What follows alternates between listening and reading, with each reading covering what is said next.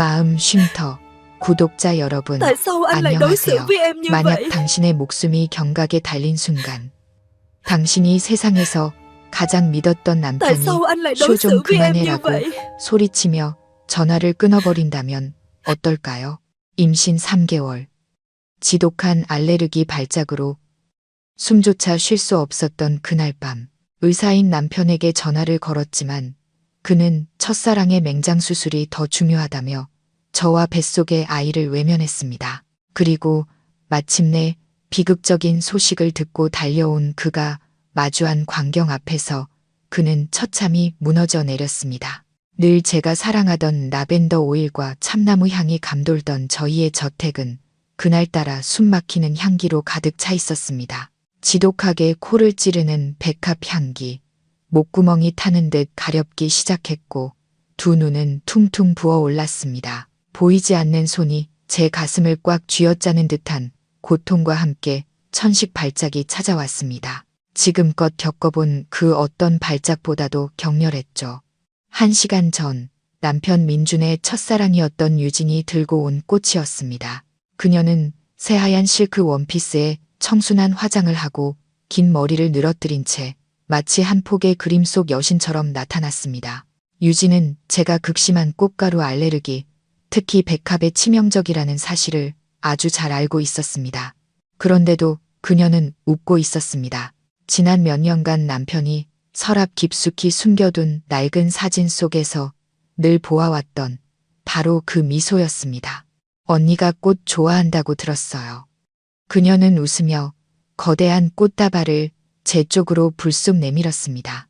언니, 임신 축하드리려고 특별히 제일 크고 예쁜 걸로 골랐어요. 저는 필사적으로 거절했지만 그녀는 막무가내로 꽃다발을 거실 한복판에 내려놓았습니다. 그때 민주는 병원에서 중요한 당직 근무 중이라 집에 없었죠. 이제 그 꽃다발은 제 생명을 빨아들이는 괴물처럼 느껴졌습니다. 저는 비틀거리며 침실로 달려가 침대 머리맡에 늘 두던 천식 호흡기를 찾아 헤맸습니다. 하지만 호흡기를 손에 쥔 순간 심장이 쿵 내려앉았습니다. 너무나도 가벼웠습니다. 떨리는 손으로 뚜껑을 열자 안은 텅 비어 있었습니다. 약이 한 방울도 남아있지 않았습니다. 누군가 약을 전부 버린 겁니다. 등골을 타고 오싹한 한기가 흘렀습니다. 저는 발코니 창문으로 달려가 바깥의 신선한 공기라도 마시려 했지만 이상하게도 창문 잠금 장치가 굳게 잠겨 꼼짝도 하지 않았습니다. 전 먹던 힘까지 다해 밀어보았지만 창문은 미동조차 없었습니다. 저는 갇힌 겁니다. 저를 죽음으로 몰아넣는 이 향기와 함께 제 집 안에 갇혀버린 것입니다. 극심한 공포 속에서 저는 휴대폰을 집어들었습니다. 그래, 민준이 있어. 그는 병원에서 가장 유능한 외과 과장이야. 어떻게 해야 할지 알 거야. 그가 날 구해줄 거야. 저는 그의 번호를 눌렀습니다. 손이 너무 떨려 휴대폰을 놓칠 뻔했습니다. 신호가 3번 울린 후 그가 전화를 받았습니다. 하지만 익숙하고 다정한 목소리가 아니었습니다. 나 바빠. 무슨 일인데 빨리 말해. 민준 씨, 당장 와줘요. 숨을 쉴 수가 없어요. 저는 가슴을 부여잡고 한 글자 한 글자 힘겹게 내뱉었습니다. 백합꽃 때문에 숨이 막혀요. 여보, 저는 남은 힘을 다해 숨을 들이마셨습니다. 뱃속에 우리 아기도 있어요.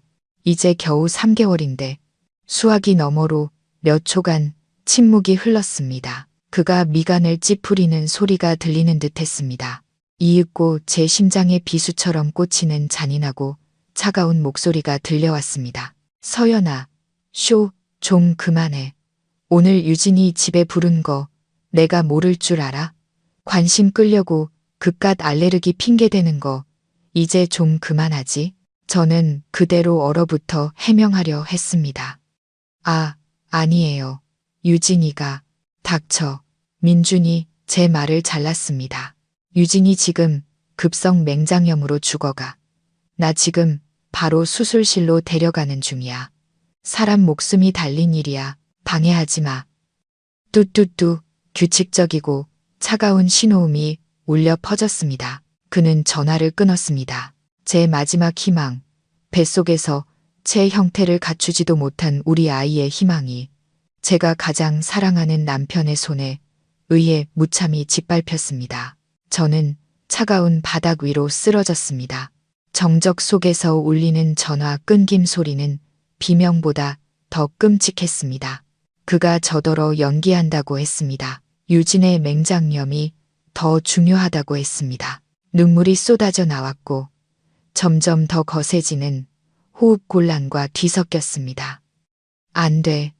이렇게 죽을 순 없어. 내 아이가 죽게 둘 순 없어. 저는 떨리는 손으로 간신히 119를 눌렀습니다. 가슴의 경련을 억누르며 마지막 남은 숨을 쥐어짜 저택의 주소와 제 상태를 설명했습니다. 급성 천식 발작이에요. 알레르기 쇼크. 임신 3개월이고 숨을 쉴 수가 없어요. 수화기 넘어 여성 상담원의 다급하지만 침착한 목소리가 들려왔습니다. 진정하세요, 산모님.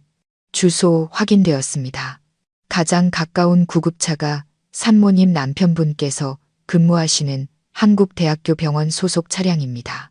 5분, 늦어도 7분 안에 도착할 겁니다. 전화 끊지 마시고 잠시만 버텨주세요. 5분, 저는 중얼거렸습니다. 5분만 버티면 나와 내 아이는 살 수 있어. 저는 바닥에 웅크린 채 휴대폰을 꽉 쥐고 현관문만 뚫어져라 쳐다보며 1초, 1초를 세었습니다. 1초가 1세기처럼 길게 느껴졌습니다. 가슴이 터져버릴 것 같았습니다. 하지만 5분이 지나고 10분이 지나도 아무런 사이렌 소리도 들리지 않았습니다. 의식이 흐려질 무렵 다시 전화가 울렸습니다. 119였습니다. 저는 급히 전화를 받았습니다. 서연님, 아까 그 상담원의 목소리에는 미안함이 가득했습니다. 정말 죄송합니다. 산모님 댁으로 가던 구급차가 방금 긴급히 다른 곳으로 재배치되었습니다. 심장이 뱉는 것 같았습니다. 재배치라니요. 제가 위급하다고요. 한국대학교 병원 민준외과 과장님의 직접 지시였다고 합니다. 상담원이 머뭇거렸습니다. 그분이 다른 지역의 VIP 환자를 이송해야 한다며 그 구급차를 즉시 돌리라고 요청하셨답니다. 극히 위급한 맹장 수술이라고. 시스템에서 급히 다른 지역의 구급차를 배정하고 있지만 거리가 멀어서 예상 도착 시간이 약 20분에서 25분 정도 걸릴 것 같습니다. 산모님, 제발 조금만 더 버텨주세요. 25분. 저는 5분도 버티지 못할 것 같은데 역시 당신이었어. 나와 내 아이를 살릴 수 있었던 유일한 구급차를 빼앗아간 사람이 바로 당신이었어. 그는 아내를 구하러 오는 대신 그 차를 돌려 유진을 데리러 가게 한 겁니다. 의식이 점점 희미해졌습니다. 책상 위에 놓인 우리 아이의 3개월 차 초음파 사진이 눈앞을 스쳐 지나갔습니다. 최근 유진이 돌아온 후부터 민준이 유독 짜증이 늘었던 것이 떠올랐습니다. 내 그깟 천식 따위가 내가 하는 생사를 오가는 수술에 비할 바가 돼? 나한테 짐 좀 되지 마. 저는 그저 그가 일 때문에 스트레스가 심한 줄로만 알았습니다. 알고 보니 저는 단 한 번도 그의 우선순위였던 적이 없었고 우리 아이는 그저 짐이었을 뿐입니다. 저는 입술을 세게 깨물었습니다. 비릿한 피막과 함께 찾아온 고통이 정신을 잠시나마 붙들게 해주었습니다. 안 돼, 살아야 해. 살아서 그에게 물어야 해. 왜 우리 모자에게 이토록 잔인했는지. 눈꺼풀이 천근만근 무거워질 때쯤 마침내 저 멀리서 희미한 사이렌 소리가 들려왔습니다. 구급차 문이 열리고 차가운 밤 공기와 함께 병원 특유의 소독약 냄새가 밀려들었습니다. 매일 밤 남편의 머리카락에서 맡았던 냄새. 한때는 구원의 상징이라 여겼던 그 향기가 오늘따라 제 가슴을 더욱 조여왔습니다. 저는 급히 들것에 실려 옮겨졌습니다. 바퀴가 차가운 대리석, 바닥 위에서 날카로운 소리를 냈습니다. 천장의 형광등 불빛이 제 얼굴 위를 스쳐 지나가며 흐릿하게 번졌습니다. 비명, 울음소리, 기계음, 응급실의 모든 소음이 뒤섞여 혼란스럽게 귓가를 때렸습니다. 그래도 이곳에 도착했으니 살 수 있을 거라는 단 하나의 희망에 매달렸습니다. 환자 급성 호흡곤란, 꽃가루 알레르기로 인한 아나필락시스 쇼크 의심. 임신 3개월, 동공 풀리기 시작했습니다. 구급대원의 외침이 주변의 소음을 뚫고 울려 퍼졌습니다. 흰 가운을 입은 의사와 간호사들이 달려 나왔습니다. 하지만 그들이 저를 중환자실로 막 옮기려 할 때 한 사람이 팔을 들어 막아섰습니다. 수간호사였습니다. 그녀는 감정 없는 딱딱한 얼굴로 머리를 단정하게 묶고 있었습니다. 잠깐만요. 저쪽 관찰실로 옮기세요. 하지만 환자 상태가 너무 위급합니다. 저를 옮기던 구급대원이 소리쳤습니다. 안 보이세요? 지금 숨이 넘어가기 직전이라고요. 수간호사는 저를 흘긋 쳐다봤습니다. 그녀의 눈빛에는 일말의 동요도 없었습니다. 알아요. 하지만 어쩔 수 없어요. 최고의 의료진과 전문 호흡기를 포함한 모든 장비는 이미 VIP 수술실로 올라갔습니다. 잠환자 VIP 수술실이요. 민준 과장님 지시입니다. 그녀는 단호하게 말했습니다. 그 한마디 한마디가 제 귀에 모처럼 박혔습니다. 매우 위급한 맹장 수술이라 모든 걸 그 수술의 최우선으로 지원하라는 명령입니다. 그러니 시키는 대로 하세요. VIP 맹장 수술, 민준 과장님. 세 단어가 제 머릿속을 헤집었습니다. 분노가 치밀어 올랐지만 올 힘조차 없었습니다. 제 몸이 가볍게 경련하기 시작했고 가슴은 두 개의 바위에 짓눌린 듯 했습니다. 세상에, 다들 미쳤어요. 바로 그때 분노에 찬 젊은 목소리가 들려왔습니다. 안경을 쓴 하얀 가운 차림의 청년, 단정한 얼굴이 분노로 붉게 달아올라 있었습니다. 그는 제 차트를 보더니 그대로 굳어버렸습니다. 서연님, 이분은 민준 과장님 아내분이시잖아요. 그는 수간호사를 향해 소리쳤습니다. 이분이 누군지 아세요? 호흡곤란 환자를 관찰실로 보내라고요. 어떤 맹장 수술이 사람 목숨보다 중요합니까? 당신들 의사로서의 양심도 없어요?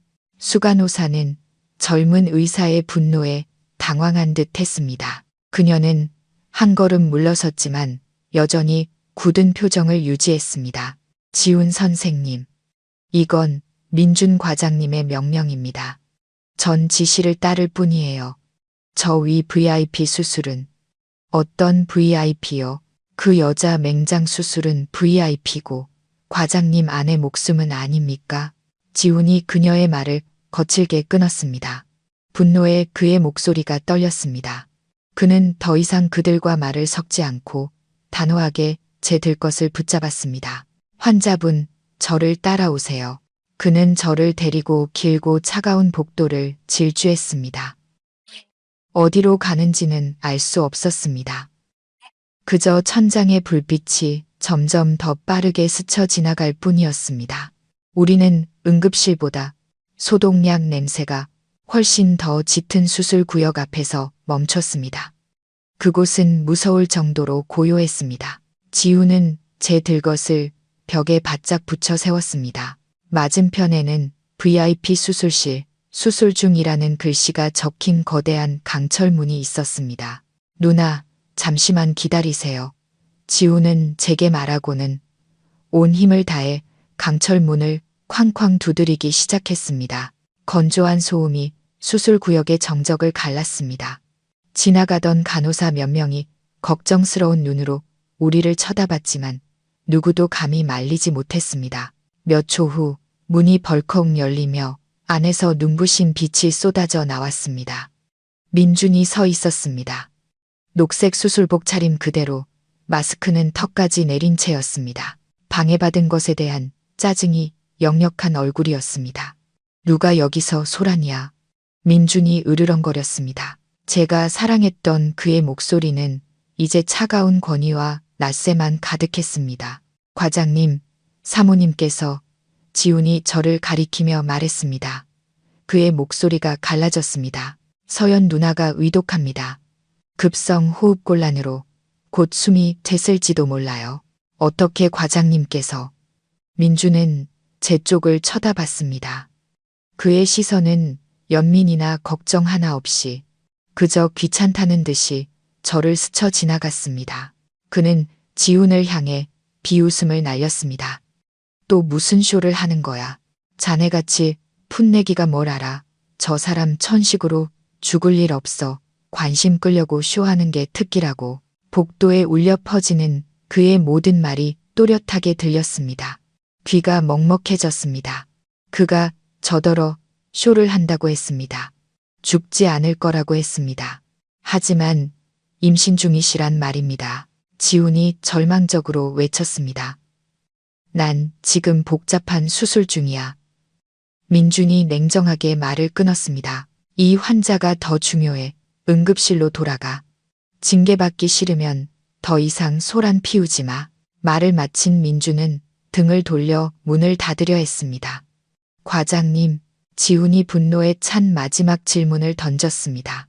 아내와 아이의 목숨은 정말 상관없으십니까? 민주는 잠시 멈칫했습니다. 그는 돌아보지 않은 채 차갑게 대답했습니다. 보안팀 불러. 저 친구 당장 끌어내. 수술 구역 질서를 어지럽히잖아. 강철 문이 쾅 닫히고 저는 절망과 함께 밖에 갇혔습니다. 어디선가 달려온 보안 요원 2명이 지훈의 팔을 붙잡았습니다.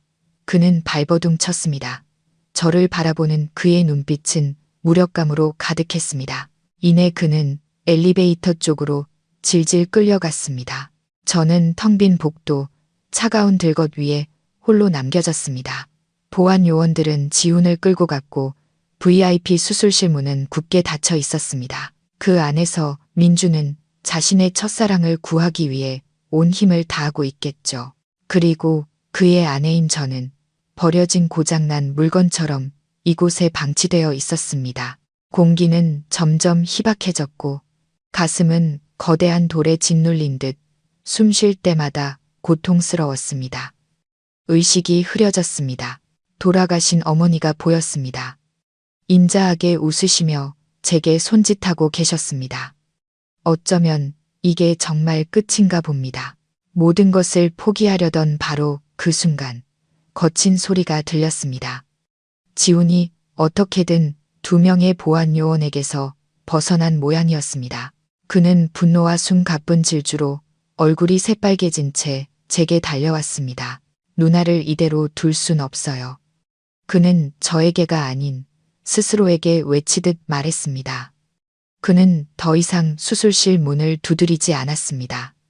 소용없다는 걸 알았기 때문입니다. 그는 제 들것을 잡고 응급실 쪽으로 미친 듯이 달렸습니다. 그들이 구하지 않으면 제가 구하겠습니다. 우리는 복도를 가로질러 아까의 혼란스러운 구역으로 돌아왔습니다. 수간호사는 지훈이 저를 데리고 돌아온 것을 보고 미간을 찌푸렸습니다. 지훈 선생님, 비켜요. 지훈이 소리치며 저를 기본적인 장비 몇 개만 있는 작은 관찰실로 밀어 넣었습니다. 그는 문가에 서서 겁에 질려 구석에 모여 있는 젊은 인턴 간호사들을 똑바로 쳐다봤습니다. 아직 양심이 남아있는 사람 있으면 이리 와서 나 좀 도와줘요. 지훈이 외쳤습니다. 환자가 지금 숨을 거두고 있어요. 그냥 서서 죽는 걸 지켜볼 겁니까? 지훈의 말은 마치 전기 충격과도 같았습니다. 젊은 간호사 몇 명이 서로를 쳐다보더니 입술을 깨물고 방 안으로 달려 들어왔습니다. 한 명은 서둘러 산소포화도 측정기를 가져왔고 다른 한 명은 기도삽관을 준비했습니다. SPO의 70%입니다. 태아 심박동도 약해지고 있어요. 인턴 간호사가 떨리는 목소리로 보고했습니다. 전문 호흡기는 전부 VIP실로 올라가서 없습니다. 다른 간호사가 울먹이며 말했습니다. 수동 호흡기라도 써요. 지훈이 단호하게 명령했습니다. 그는 제가 가볍게 경련하는 와중에도 신속하고 능숙하게 기도삽관을 했습니다. N부백자요. 빨리. 폐 속으로 공기가 밀려 들어오는 것이 느껴졌습니다. 고통스러웠지만 적어도 숨은 쉴 수 있었습니다. 눈을 뜨자 땀으로 흠뻑 젖은 지훈의 얼굴과 앳되지만 결의에 찬 인턴 간호사들의 낯선 얼굴들이 보였습니다. 그들은 저와 아무 관련 없는 사람들이었습니다. 하지만 그들은 제 생명을 위해 싸우고 있었습니다. 반면 제 남편, 제가 가장 사랑했고 저를 지켜주겠다 맹세했던 그 사람은 다른 곳에서 다른 여자를 구하고 있었습니다. 힘내요, 서연 누나. 엠부백 소리 사이로 지훈이 제 귓가에 속삭였습니다. 아이를 위해서라도 힘내야 해요. 우리 아이를 위해. 그래. 저는 손을 꽉 쥐었습니다. 손톱이 살을 파고들었습니다. 죽을 수 없어. 살아야만 해. 숨 막히는 관찰실 안에서 시간이 흘렀습니다. 얼마나 지났는지 알 수 없었습니다. 심박 측정기의 규칙적인 삑삑 소리와 인턴 간호사들이 교대로 엠부백을 짜는 고단한 소리만이 들렸습니다. 그들은 이마에 땀이 흥건한 채였습니다. 지훈은 제 곁을 한시도 떠나지 않고 계속해서 상태를 확인하며 지시를 내렸습니다. 이 방은 생명의 섬이었습니다. 치열한 사투가 벌어지는 곳이었습니다. 하지만 문 밖의 세상은 우리를 잊은 듯 했습니다. 다른 의사 한 명 찾아오지 않았고 수간호사 한 명 들여다보지 않았습니다. 아마도 민준의 명령이 모두를 두려움에 떨게 한 것이겠죠. 그들은 귀찮은 환자인 저와 엮이고 싶지 않았을 겁니다. 그때 조용하던 복도 밖에서 엘리베이터 소리와 함께 들것 바퀴 소리가 들려왔습니다. VIP 수술실 문이 열린 모양이었습니다. 민준의 목소리가 들렸습니다. 더 이상 짜증이나 긴장감은 없었습니다. 오히려 안도감과 다정함마저 묻어나는 목소리였습니다. 유진아, 이제 좀 괜찮아? 많이 아팠지? 그의 목소리가 아주 가까이서 들렸습니다. 저는 힘겹게 고개를 돌려 반쯤 열린 관찰실 문틈으로 밖을 내다보았습니다. 민준이 들것 옆에 서서 걷고 있었고 그 위에는 유진이 누워 있었습니다. 그녀는 눈을 감고 있었고 얼굴은 창백했지만 안정을 되찾은 듯 보였습니다. 민준은 몸을 숙여 유진의 이마에 흘러내린 머리카락을 부드럽게 쓸어 넘겨주었습니다. 착하다. 이제 푹 쉬어. 수술 잘 끝났으니까 괜찮아. 회복실로 데려다 줄게. 한 간호사가 조심스럽게 민준에게 다가왔습니다. 과장님, 사모님은 관찰실에 계십니다. 상태가. 민준은 손을 내저었습니다. 그의 얼굴에 다시금 귀찮다는 표정이 스쳤습니다. 정말 성가시게 하네. 일단 거기 그대로 둬. 나 유진이부터 옮기고. 그는 제가 누워있는 이 방 쪽으로는 눈길조차 주지 않았습니다. 그에게 저는 정말 먼지 한 톨만도 못했습니다. 분노가 치밀어 오르며 가슴이 격렬하게 수축했습니다. 바로 그때 제 옆에서 희미하게 울리던 태아 심박 측정기에서 갑자기 날카로운 경고음이 울리더니 이내 소리가 뚝 끊겼습니다. 화면 위에서 약하게 파동치던 신호는 차가운 일직선으로 변해버렸습니다. 선생님, 엠부백을 짜던 간호사가 경악하며 외쳤습니다. 태아 심박이 멈췄어요. 지훈은 그대로 얼어붙었습니다. 그는 화면으로 달려갔고 그의 얼굴은 새하얗게 질렸습니다. 복도에 있던 민준도 그 비명을 들었는지 걸음을 멈췄습니다. 지훈은 문을 박차고 나가 민준의 앞을 가로막았습니다. 그는 자신의 과장과 눈을 똑바로 마주했습니다. 핏발선 눈, 그러나 비명이 아닌 무섭도록 고요하고 부서진 목소리였습니다. 이제 만족하십니까? 과장님 아이가 죽었습니다. 시간이 멈춘 듯 했습니다. 과장님 아이가 죽었습니다. 지훈의 말이 텅 빈 병원 복도에 날카롭게 울려 퍼졌습니다. 민준은 벼락이라도 맞은 듯 그 자리에 우뚝 섰습니다. 그의 얼굴은 귀찮음에서 경악으로 그리고 혼란으로 변해갔습니다. 그는 지훈을 보았다가 방 안에 미동도 없이 누워있는 저를 보았습니다. 그의 눈빛은 믿을 수 없다는 듯 흔들렸습니다. 자네 지금 무슨 헛소리를 하는 거야? 민준이 더듬거렸습니다. 목소리가 심하게 갈라졌습니다. 그는 들것에 누운 유진을 내버려 둔 채 관찰실로 달려왔습니다. 눈앞의 광경에 그의 얼굴이 파랗게 질렸습니다. 저는 오랜 산소 부족으로 피부는 백지장처럼 하얗고 입술은 파랗게 변해 있었습니다. 인턴 간호사들은 여전히 제게 엠부백을 짜고 있었지만 옆에 있는 태아 심박 측정기는 차가운 일직선을 그리고 있었습니다. 아니야, 이럴 리가 없어. 민준이 중얼거렸습니다. 그는 미친 사람처럼 화면을 노려보다가 지훈이 가져온 휴대용 초음파 기계를 낚아챘습니다. 수술용 메스를 잡을 때 항상 안정적이던 그의 손이 이제는 덜덜 떨리며 제 배 위에 급하게 젤을 발랐습니다. 그는 직접 탐촉자를 움직이며 흑백 화면에서 눈을 떼지 못했습니다. 침묵, 생명의 신호인 심장 박동 소리는 들리지 않았습니다. 어떤 생명의 흔적도 없었습니다. 아니야, 민준이 절규했습니다. 부정과 공황으로 가득 찬 비명이었습니다. 이 여자가 날 속인 거야. 겨우 3개월이었어. 날 해치려고 연기한 거라고. 그는 갑자기 지훈에게 달려들어 젊은 동료의 멱살을 잡았습니다. 그의 눈은 핏발이 서 있었습니다. 너 때문이지? 네가 이 여자한테 무슨 짓을 한 거야? 대체 어떻게 처치했길래 이 지경이 된 거냐고. 지훈은 저항하지 않았습니다. 그는 그저 경멸과 고통이 뒤섞인 눈으로 민준을 똑바로 쳐다봤습니다. 지훈은 민준의 손을 거칠게 뿌리치며 으르렁거렸습니다. 저한테 물으십니까? 가서 과장님 자신에게 물어보시죠. 과장님 아이를 죽인 유일한 사람은 바로 당신입니다. 아내의 애원을 무시한 것도 당신이고 구급차를 빼앗아간 것도 당신입니다.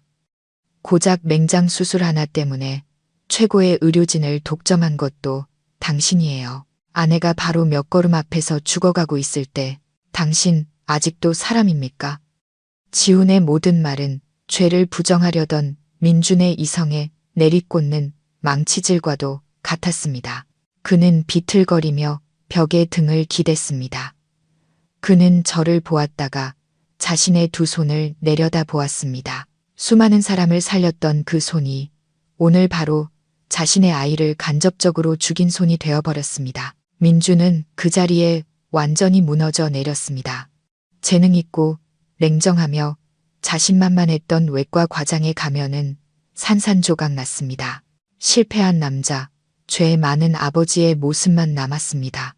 지훈의 비난과 눈앞에 적나라한 진실이 그를 완전히 무너뜨렸습니다.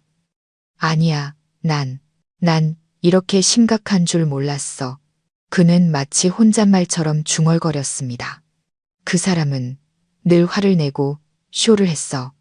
난 이번에도 그냥 평소처럼 그런 줄만 알았다고. 지훈이 씁쓸하게 비웃었습니다.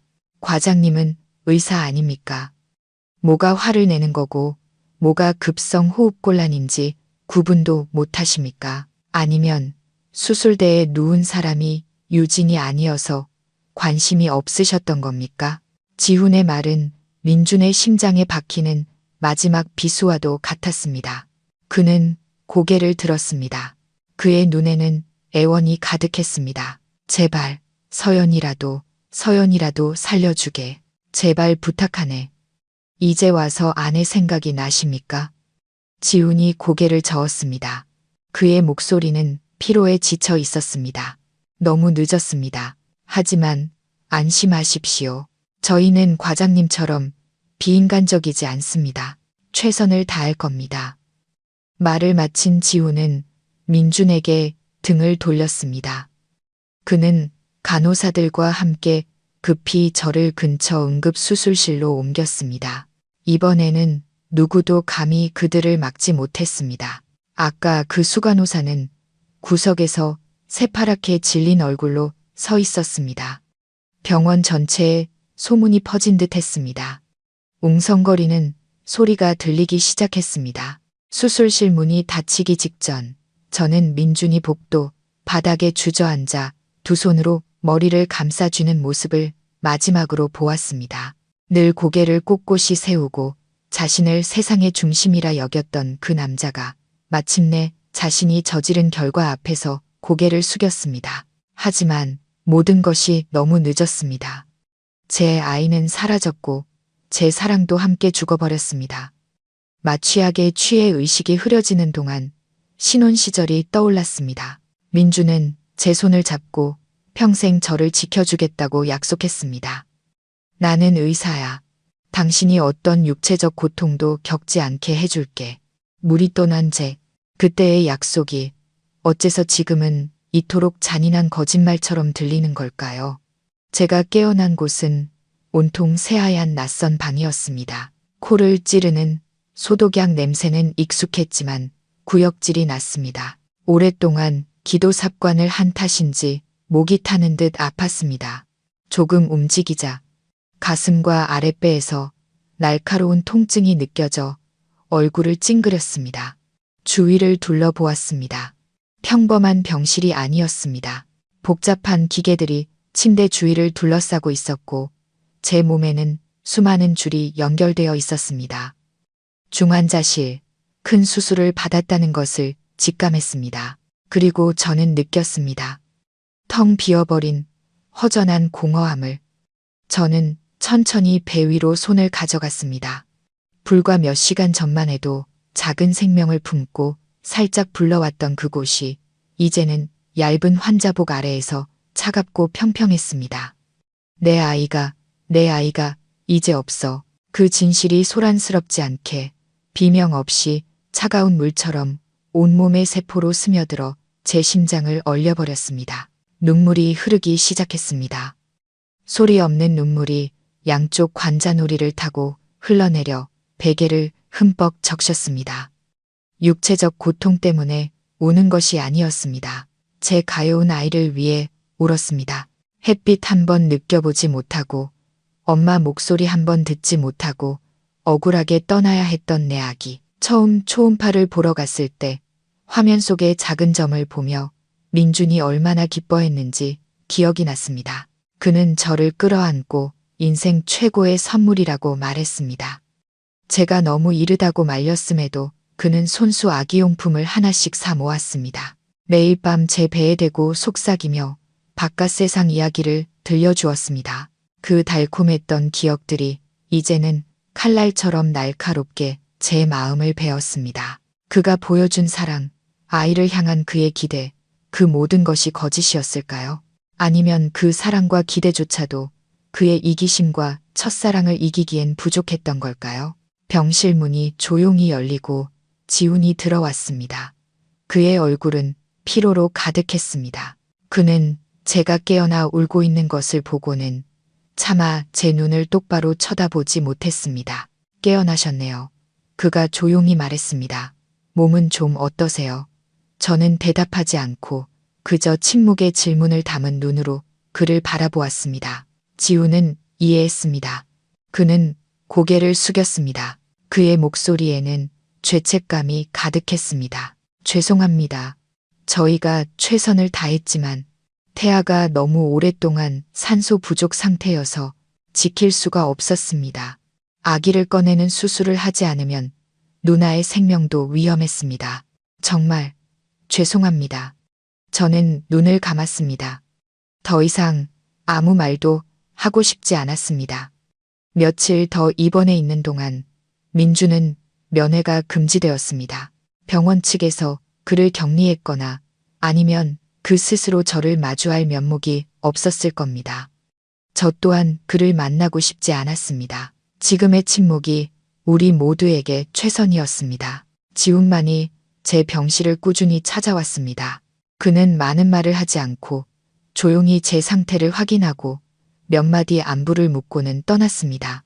하지만 저는 그가 뒤에서 저를 돕고 있다는 것을 알았습니다. 병원 감사팀에 모든 사건의 경위를 보고한 사람이 바로 그였습니다. 어느 날 오후 제가 창밖을 멍하니 보고 있을 때 지훈이 서류철을 들고 들어왔습니다. 몸은 좀 괜찮아지셨어요? 그는 언제나처럼 부드럽게 물었습니다. 저는 고개를 끄덕였습니다. 고마워요, 선생님.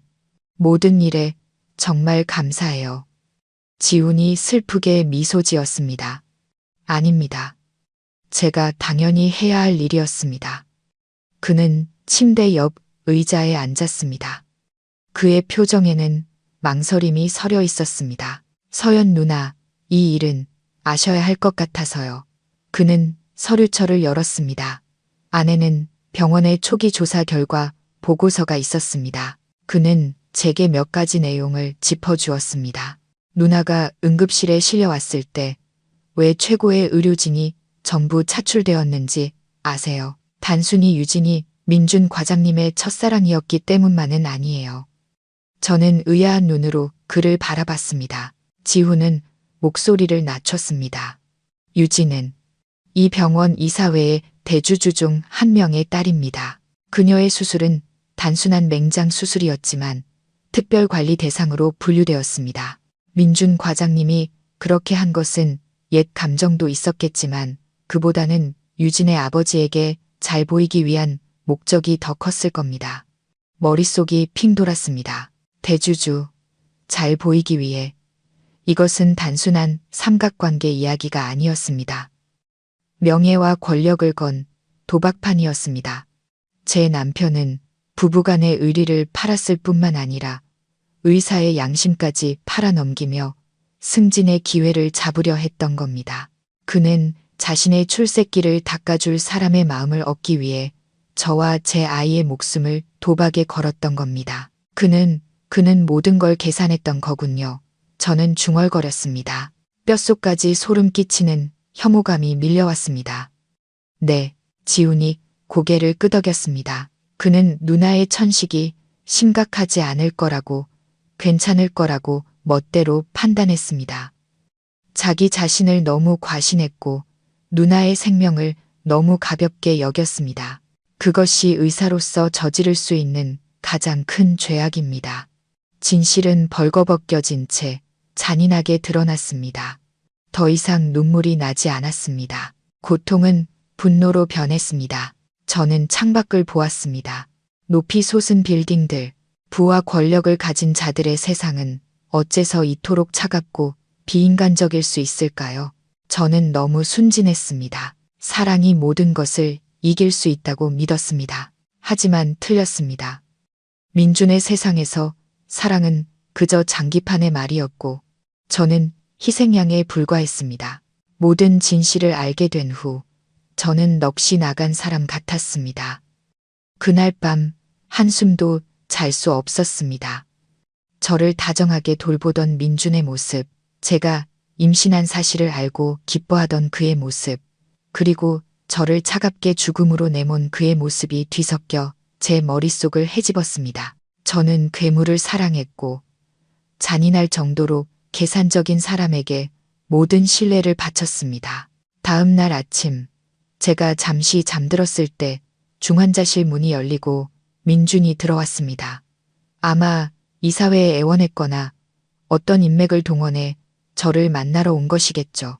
그는 수염도 깎지 않아 덥수룩했고 하얀 의사 가운은 구겨져 있었습니다. 평소에 완벽하고 단정하던 모습은 온데간데 없고 피로와 후회만이 남아 있었습니다. 그는 조용히 침대 옆 의자에 앉아 차마 저를 똑바로 쳐다보지 못했습니다. 한참 후에야 그는 갈라지고 부서진 목소리로 입을 열었습니다. 서연아, 미안해. 저는 침묵했습니다. 창밖의 잿빛 하늘을 바라보며 돌아눕지도 않았습니다. 미안해. 그 두 단어가 이제 와서 무슨 의미가 있을까요? 제 아이를 되살릴 수 있을까요? 그가 제게 안겨준 배신과 고통을 지울 수 있을까요? 나는 정말 일이 이렇게 심각해질 줄 몰랐어. 민준이 고통스러운 목소리로 말을 이었습니다. 유진이 수술건은 유진이 아버지가 원장님께 직접 전화를 했어. 나도 압박을 받았고 다른 방법이 없었어. 난 그냥 내 천식이 평소처럼 조금 쉬면 괜찮아질 거라고만 생각했어. 그는 변명하고 있었습니다. 자신의 행동을 정당화할 이유를 찾고 있었습니다. 하지만 그의 모든 말은 저를 더욱 역겹게 만들었습니다. 그는 압박을 탓하고 자신의 안일함을 탓했지만 정작 제 애원을 무시하고 저더러 연기한다고 몰아세운 사람이 자신이라는 사실은 잊은 듯 했습니다. 내가 또 괜히 화가 나서 평소처럼 쇼하는 줄 알았지. 누가 알았겠어. 민준이 중얼거린 그 말이 마지막 한 방울이었습니다. 저는 굼돌아 그와 눈을 마주했습니다. 제 눈에는 더 이상 눈물이 없었습니다. 극한의 차가움만이 존재했습니다. 쇼. 저는 비틀린 미소를 지었습니다. 우는 것보다 더 고통스러운 미소였습니다. 그래요. 난 지난 몇 년간 어리석고 눈먼 아내 역할을 아주 실감나게 연기했죠. 당신도 대단한 배우였어요. 아내를 사랑하는 남편, 아이를 기다리는 아빠 역할을 너무나 완벽하게 해냈잖아요. 당신의 연기가 너무나 훌륭해서 난 그게 진짜인 줄 믿었어. 축하해요. 민준 씨. 당신이 이겼네요. 민준은 제 말에 그대로 얼어붙었습니다. 그는 더듬거렸습니다. 서연아, 그렇게 말하지 마. 내가 잘못했어. 제발 만회할 기회를 한 번만 주면 안 될까? 기회. 저는 칼날처럼 날카로운 목소리로 되물었습니다. 당신은 내 아이에게 살아갈 기회를 줬나요? 민준 씨, 아니면 그 아이의 기회는 당신의 승진 기회와 맞바꿔 버렸나요? 민준은 제 질문에 대답하지 못했습니다. 그는 그저 고개를 푹 숙인 채 앉아 있었습니다. 그의 넓은 어깨가 떨리고 있었습니다. 그가 울고 있었습니다. 결혼 생활 동안 처음으로 그의 눈물을 보았습니다. 하지만 이 뒤늦은 눈물은 이미 차갑게 식어버린 제 마음을 돌릴 수 없었습니다. 한참 후 그가 고개를 들었습니다. 눈이 새빨갛게 충혈되어 있었습니다. 알아. 지금 무슨 말을 해도 소용없다는 거. 용서해달라고 안 할게. 그냥 내 곁을 떠나지만 말아줘. 난 아이를 잃었어. 너까지 잃을 수는 없어. 그는 제 손을 잡으려고 손을 뻗었습니다. 한때 제가 사랑했고 따뜻함과 안식처를 찾았던 그 손이 이제는 끔찍하게 느껴졌습니다. 저는 불에 댄 듯 손을 뺐습니다. 내 몸에 손대지 마. 저는 얼음장같이 차가운 목소리로 말했습니다. 제가 나라고 칭하자 민주는 충격을 받은 듯 했습니다. 제가 만들어낸 차갑고 단호한 거리가 모든 것이 돌이킬 수 없게 되었음을 그에게 깨닫게 했습니다. 서연아, 내 이름 부르지 마. 저는 그의 말을 끊었습니다. 당신 입에서 내 이름이 나오는 걸 더는 듣고 싶지 않아. 더럽게 느껴지니까. 진대야. 그 후 며칠 동안 저는 민준과 한마디도 하지 않았습니다.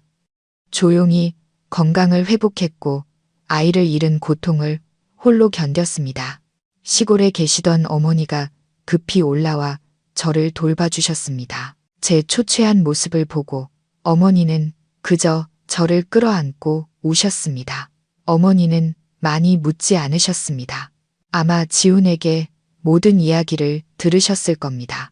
어머니의 사랑과 침묵이 가장 어두웠던 나날들을 버티게 해준 유일한 힘이었습니다. 건강이 좀 더 안정되자 저는 어머니께 변호사를 알아봐 달라고 부탁했습니다. 어머니는 미리 작성된 이혼 서류를 가져오셨습니다. 민준이 다시 저를 찾아온 날, 그는 제가 예전에 좋아했던 따끈한 갈비죽을 들고 왔습니다. 그는 식탁에 죽을 내려놓고 억지 미소를 지었습니다. 기운 차리게 뭐라도 좀 먹어. 저는 그를 쳐다보지도 죽을 쳐다보지도 않았습니다. 베개 밑에서 이혼 서류를 꺼내 그의 몸에 던졌습니다. 하얀 종이가 펄럭이며 민준의 발치에 떨어졌습니다. 사인해요. 저는 감정 없는 목소리로 말했습니다. 민준은 고개를 숙여 서류를 주었습니다. 그는 이혼이라는 굵은 글씨를 뚫어져라 쳐다봤습니다. 그의 얼굴이 하얗게 질렸습니다. 서연아, 정말 이렇게 해야겠어. 우리 다시 시작할 수는 없는 거야? 다시 시작하자고요. 저는 씁쓸하게 웃었습니다. 어디서부터 다시 시작할까요? 당신이 날 죽게 내버려 뒀을 때부터, 아니면 내 아이가 숨을 멈췄을 때부터. 저는 그의 눈을 똑바로 쳐다보며 한 글자 한 글자 힘주어 말했습니다. 거기에 사인해요. 당신에게 하는 내 마지막 부탁이에요.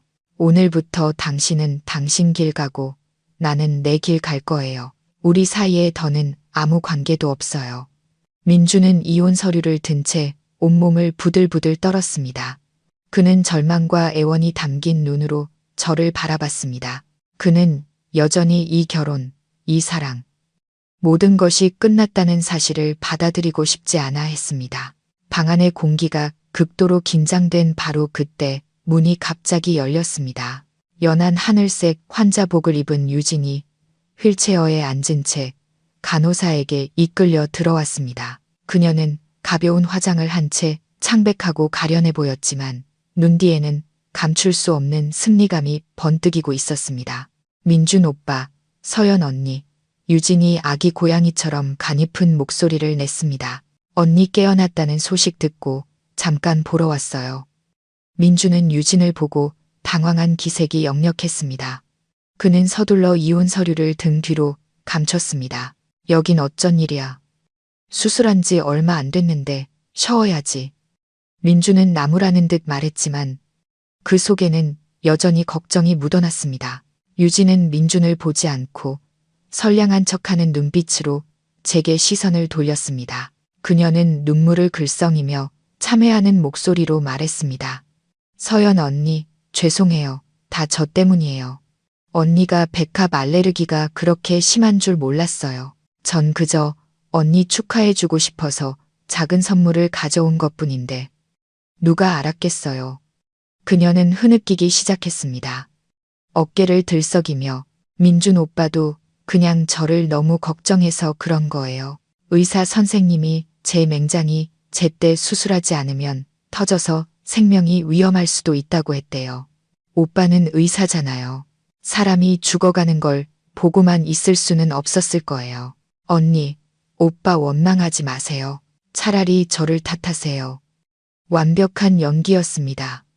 그녀는 순진하고 연약한 피해자 역할을 하며 의도치 않게 비극을 초래한 가련한 사람인 척했습니다. 그녀는 모든 잘못을 자신에게 돌리는 척했지만 실제로는 민준의 행동을 변호하고 남편의 숭고한 사명감을 이해하지 못하는 이기적인 아내로 저를 몰아가고 있었습니다. 저는 침대에 앉아 조용히 그녀의 연기를 지켜봤습니다.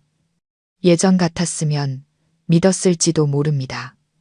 죄책감을 느끼고 자책했을지도 모릅니다. 하지만 지금은 그저 우스울 뿐이었습니다.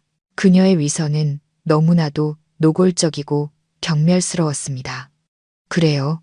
저는 이상하리만치 평온한 목소리로 입을 열었습니다. 그냥 우연히 꽃을 가져온 것뿐이라고요.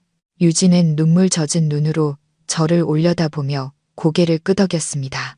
네, 언니, 정말 일부러 그런 게 아니에요. 그럼 내 천식 호흡기 약이 전부 비워져 있었던 건요? 저는 여전히 차분한 목소리로 말을 이었습니다.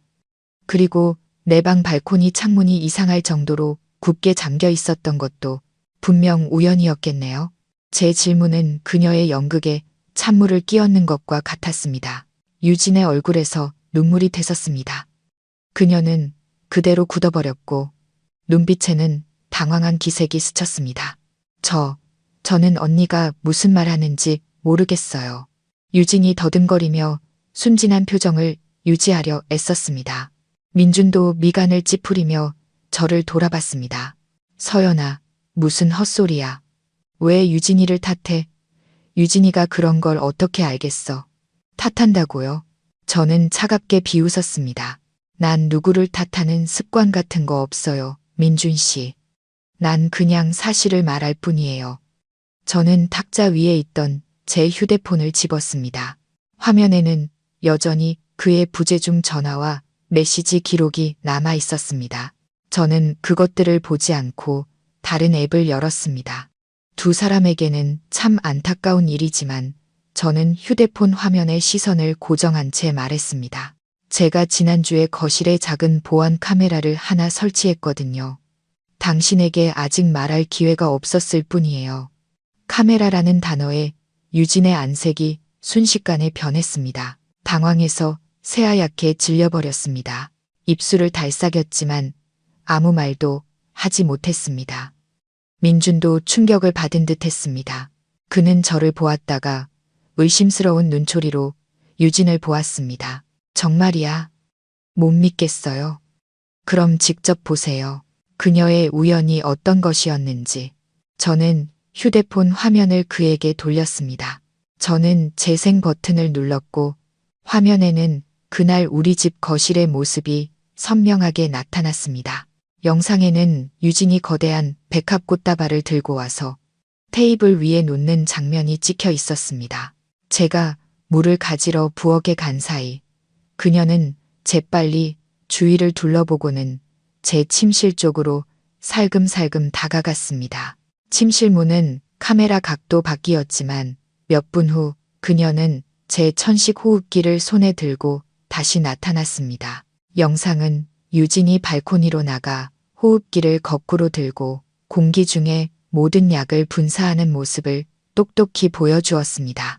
일을 마친 그녀는 텅 빈 호흡기를 화분에 아무렇지 않게 던져버리고는 다시 소파에 앉아 아무 일도 없었다는 듯 미소를 지었습니다. 민주는 화면을 뚫어져라 쳐다봤습니다. 그의 손이 부들부들 떨렸고 얼굴은 의심에서 경악으로 그리고 마침내 극도의 실망과 분노로 변해갔습니다. 그는 휠체어에 앉아 피 한 방울 없는 얼굴로 굳어있는 유진에게 쿵 돌아섰습니다. 유진아, 설명해봐. 이게 어떻게 된 일이야? 민준이 으르렁거렸습니다. 그의 목소리에는 더 이상 걱정이 아닌 질책과 분노만이 가득했습니다. 궁지에 몰리자 성녀의 가면이 찢겨나가자 유진은 더 이상 연기하지 않았습니다. 그녀는 고개를 탄들었습니다. 눈물 젖었던 눈은 이제 증오와 광기로 번뜩였습니다. 맞아. 그녀가 날카롭게 소리쳤습니다. 조용한 병실의 공기를 찢는 외침이었습니다. 내가 그랬어. 그래서 뭐? 지난 몇 년간 내가 어떻게 살았는지 알아? 그녀는 충격으로 굳어있는 민준을 돌아봤습니다. 오빠 아내가 되고 오빠 아이를 낳아줄 사람은 나였어야 해. 저 여자가 아니라. 그때 우리 부모님이 반대해서 그깟 작은 오해 때문에 오빠는 서둘러 전현을 대용품으로 찾았잖아. 전현이 나보다 나은 게 뭐가 있는데? 운 좋게 막대한 유산을 물려받은 것 말고는. 유진의 아기의 참말은 저뿐만 아니라 민준에게도 비수처럼 꽂혔습니다. 알고 보니 그녀의 눈에 저는 그저 대용품, 운 좋은 그림자에 불과했습니다. 너 미쳤구나, 유진아. 민준이 한 걸음 물러섰습니다. 그의 목소리가 떨렸습니다. 그는 유진을 마치 낯선 사람처럼 쳐다봤습니다. 그가 늘 지켜주고 싶어 했던 연약하고 다정한 여인은 이제 악마의 본색을 드러내고 있었습니다. 미쳤다고? 유진이 광기 어린 웃음을 터뜨렸습니다. 그래, 나 미쳤어. 오빠를 사랑해서 미쳤다고. 오빠가 전현 옆에서 행복해하는 거, 전현과 아이를 가지려는 거, 난 견딜 수가 없었어. 난 5년을 기다렸어. 민준 오빠. 저 여자가 가장 심하게 발작할 날을 기다렸다고. 이 기회를 정말 오랫동안 기다렸어. 저 여자만 죽으면 오빠는 다시 내게 돌아올 거잖아. 우리 예전처럼 다시 시작할 수 있잖아. 그녀는 울부짖으며 광기 어리고 뒤틀린 말들을 쏟아냈습니다. 연극은 완전히 막을 내렸습니다. 병적인 사랑으로 위장된 음모의 민낯만이 남았습니다. 민주는 할 말을 잃고 얼어붙었습니다. 알고 보니 그는 유진의 사악한 계획을 실행하기 위한 장기말 핑계에 불과했습니다. 그는 자신이 이용당하고 있다는 사실을 전혀 몰랐던 겁니다. 그는 자신의 어리석음 때문에 살인자를 도울 뻔했습니다. 병실 안의 상황은 아수라장이었습니다. 유진은 계속해서 자신의 고통과 맹목적인 사랑을 울부짖었고 민주는 넋이 나간 채 방금 일어난 일을 믿지 못하는 듯 서 있었습니다. 그와 유진이 함께 만든 연극은 결국 상상도 못한 방식으로 무너져 내렸습니다. 그는 제게로 돌아섰습니다. 그의 눈에는 절망과 애원이 가득했습니다. 서연아, 봤지? 전부 저 여자 짓이야. 나도 피해자라고. 난 저 여자의 계획을 전혀 몰랐어. 그는 책임을 회피하려 했습니다. 모든 죄를 유진에게 떠넘기고 자신을 삼각관계의 불쌍한 피해자로 만들고 싶어 했습니다. 저는 경멸 외에는 아무런 감정도 없이 그를 쳐다봤습니다. 피해자라고요? 저는 차갑게 되물었습니다. 당신이 피해자라고요? 저는 천천히 몸을 일으켜 수액줄을 뽑았습니다. 날카로운 통증에도 아랑곳하지 않았습니다. 저는 맨발로 차가운 바닥을 밟으며 민준에게 다가갔습니다. 그럼 제가 묻죠. 저는 그의 눈을 똑바로 쳐다보며 말했습니다. 제가 숨도 못 쉬고 있을 때 당신이 제 애원을 무시하지 않았다면 저 여자의 계획이 성공했을까요? 민준이 한 걸음 물러섰습니다. 당신이 이기적으로 유일한 구급차를 돌려서 저 여자를 데리러 가지 않았다면 나와 내 아이가 그 25분의 지옥을 겪었을까요? 그는 얼굴이 하얗게 질린 채 또 한 걸음 물러섰습니다. 그리고 당신이 비인간적으로 최고의 의료진을 독점하고 나를 2시간 동안 복도에서 죽어가도록 내버려 두지 않았다면 내 아이가 죽었을까요? 민준 씨. 제 모든 질문은 그의 나약한 변명을 내리치는 망치와도 같았습니다. 저는 소리치지도 울지도 않았습니다. 제 목소리는 평온했지만 한 글자 한 글자가 칼날처럼 날카로웠습니다. 유진은 불을 붙인 사람이에요. 제 목소리가 단호해졌습니다. 하지만 민준 씨, 당신이야말로 거기에 기름을 붓고 우리 모자를 불길 속으로 밀어넣은 사람이에요. 저 여자가 주범이라면 당신은 자기 아이를 죽인 공범이라고요. 당신들 둘 다 똑같이 더럽고 악랄해. 제 말은 민준의 모든 변명을 잠재우는 마지막 선고와도 같았습니다. 그는 근처 의자에 주저앉아 두 손으로 얼굴을 감쌌습니다. 어깨가 심하게 떨렸습니다. 벌거벗겨진 잔인한 진실이 드러나자 더 이상 어떤 가면으로도 가릴 수 없었습니다. 민준이 무너지는 것을 본 유진도 더 이상 울부짖지 않았습니다. 그녀는 휠체어에 앉아 텅 빈 눈으로 허공을 응시했습니다. 아마 그녀도 자신이 공들여 세운 계획과 죽기 살기로 되찾으려 했던 사랑이 결국 물거품이 되었다는 것을 깨달았을 겁니다. 그녀는 민준을 얻지 못했을 뿐만 아니라 스스로를 범죄의 길로 몰아넣었습니다. 방 안의 공기는 숨막힐 듯 무겁게 가라앉았습니다. 유진의 휠체어를 밀어주던 간호사는 겁에 질려 어느새 밖으로 슬그머니 빠져나간 뒤였습니다. 오직 우리 셋 스스로 만든 비극에 잠긴 세 사람만이 남아있었습니다. 저는 침대 쪽으로 돌아섰습니다. 더 이상 그들을 단 1초도 보고 싶지 않았습니다. 기운이 다 빠져나갔습니다. 이 싸움에서 그들의 실체를 벗겨내는 데는 성공했지만 저 역시 패배했습니다. 저는 아이를 잃었고 믿음과 사랑 그리고 5년의 청춘을 잃었습니다. 저는 바닥에 떨어진 이혼 서류를 주워 민준 앞 테이블에 올려놓았습니다. 사인해요. 저는 지친 목소리로 말했습니다. 이게 당신에게 하고 싶은 마지막 말이에요. 사인하고 나면 내 인생에서 꺼져요. 다시는 내 눈앞에 나타나지 마. 민준이 고개를 들었습니다. 눈이 퉁퉁 붓고 새빨갛게 충혈되어 있었습니다. 그는 저를 보았다가 서류를 보았습니다. 떨리는 손으로 펜을 잡았지만 사인하지 않았습니다. 그는 그저 넋이 나간 사람처럼 허공을 응시하며 앉아 있었습니다. 바로 그때 병실 문이 열리고 어머니와 지훈이 들어왔습니다. 어머니는 방 안에 아수라장을 보셨습니다. 넋이 나간 채 휠체어에 앉아있는 유진과 이혼 서류 옆에서 무너져 내린 민준을 어머니는 모든 것을 이해하셨습니다. 그녀는 아무 말 없이 조용히 다가와 제 어깨에 따뜻한 겉옷을 걸쳐 주셨습니다. 주름지고 마른 어머니의 손이 제 등을 토닥여 주었습니다. 말없는 위로였지만 더없이 따뜻했습니다. 지우는 곧장 민준에게로 향했습니다. 그는 한때 존경했던 동료이자 과장을 복잡한 눈빛으로 바라봤습니다. 분노와 연민이 뒤섞인 눈빛이었습니다. 민준 과장님, 지훈이 낮은 목소리로 말했습니다. 이사회와 경찰이 회의실에서 기다리고 있습니다. 가보셔야 합니다. 민준은 끌려갔고 유진도 보안요원의 감시 아래 병실로 옮겨졌습니다. 방은 마침내 원래의 고요함을 되찾았지만 공기는 여전히 납처럼 무거웠습니다. 어머니는 저를 침대에 앉히셨습니다. 제 헝클어진 머리를 안타깝게 쓸어주시며 붉어진 눈으로 말씀하셨습니다. 내 딸, 왜 이렇게 고생만 하니? 어머니가 흐느끼셨습니다. 저는 어머니의 어깨에 기댔습니다.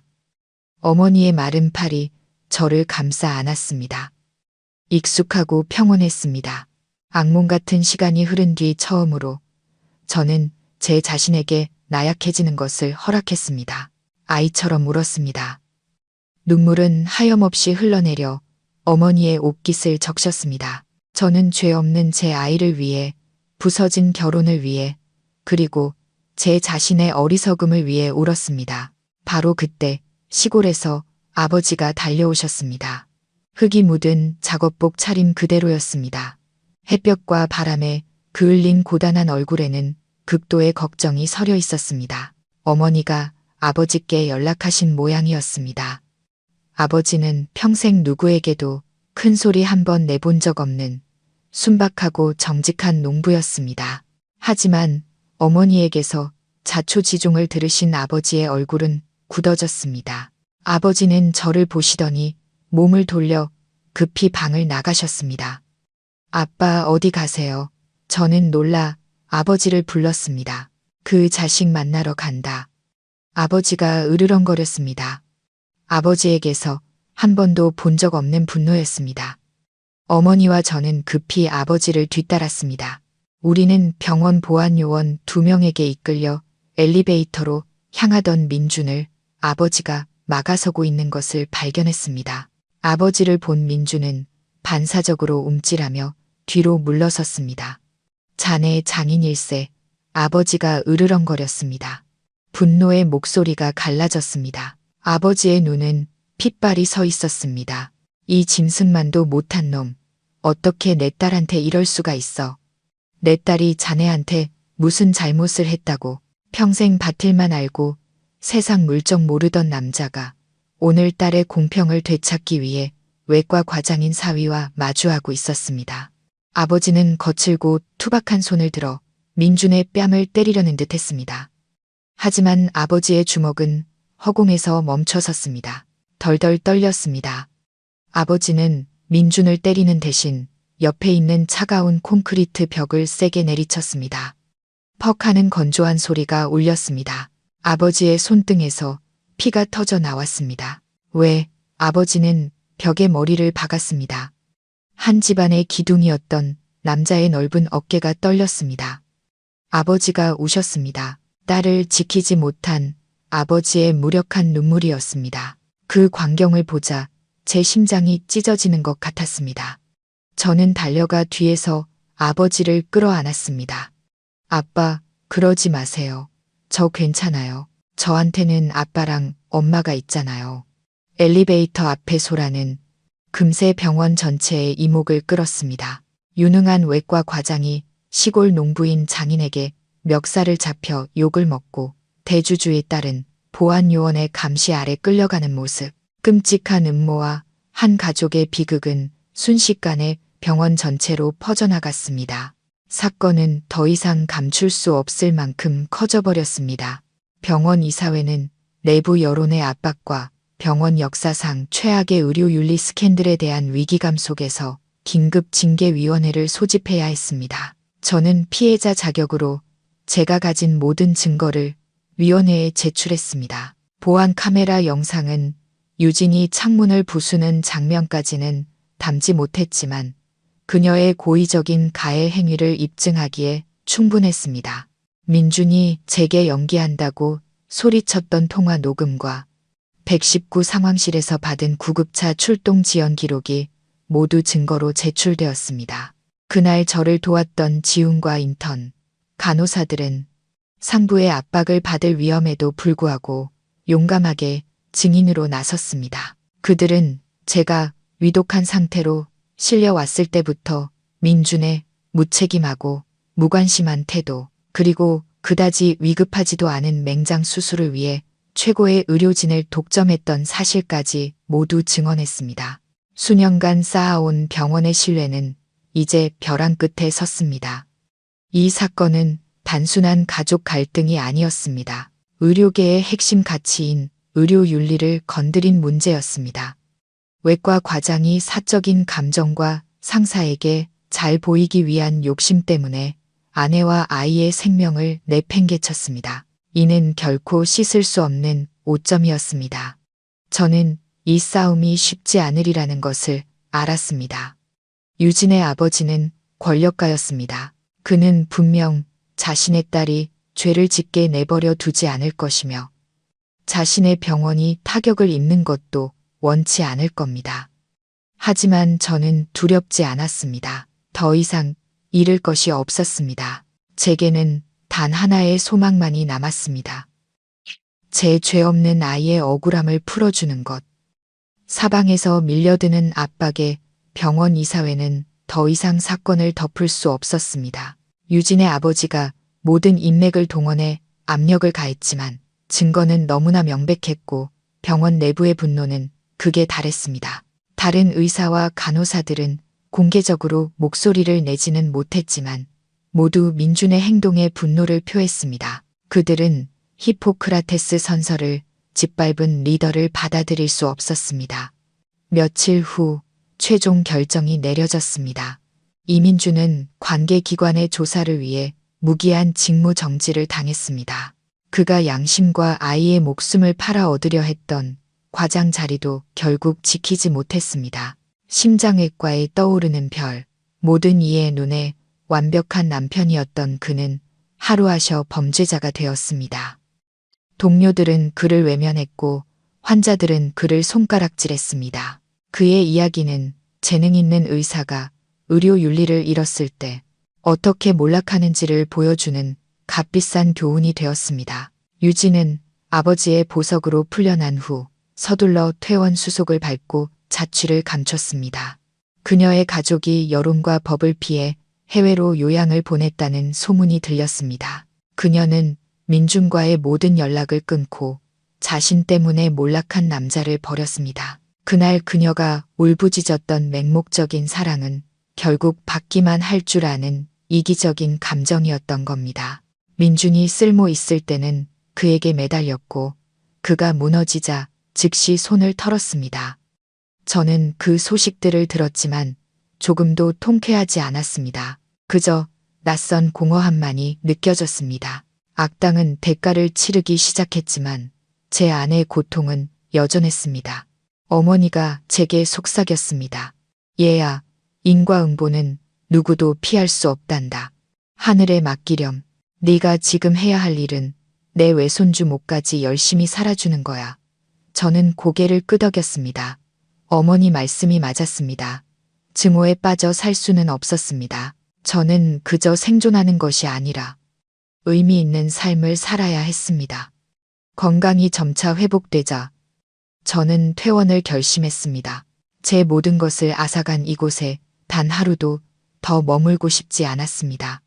떠나기 전 저는 민준과의 관계를 완전히 정리해야 했습니다. 변호사를 통해 그에게 마지막 요구를 전달했습니다.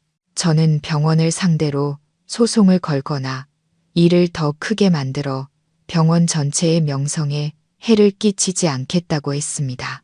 단, 그가 이혼 서류에 서명하고 우리가 살던 저택을 포함한 모든 공동재산을 제게 양도해야 한다는 조건이었습니다.